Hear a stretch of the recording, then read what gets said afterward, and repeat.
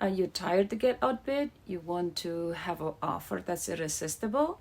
Today we are going to talk about how to get your offer accepted. Number one, get pre-approval, not just pre-qualified. Unless you have cash offer, you should get pre-approved, not just pre-qualified. And your mortgage broker should be able to help you with this. Know the market and know the seller. Your real estate agent should be able to ask the right questions to get to know the seller and also the seller agent and what's important for them. Because the highest offer is not always the most important. Strong price. What is a strong price? Strong price not necessarily mean your offer have to be the highest offer, meaning that it has to be reasonable and a market price. So for example, if the market price is 1 million, you can't lowball and say, oh, you know what, let's put 800,000 and see what happened.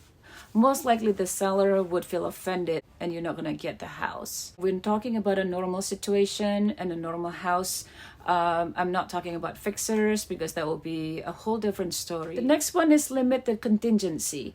I'm not saying that you should not have contingency, but limit it to what's important for you to make it easier for the seller.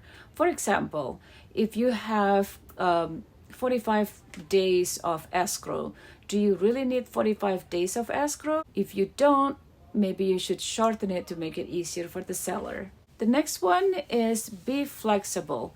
We don't know what the seller situation is, so be flexible is always good if you really want to get this house.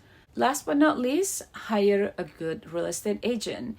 A good agent should understand how to negotiate and also to navigate and how to have a good relationship with the other side, with the seller and with the seller agent. If you have any other question, my phone number is 424-888-0179. I'm based in Los Angeles, California. I'm a licensed real estate agent. I will put my contact information underneath this video. Please like and subscribe, and I will see you again next time.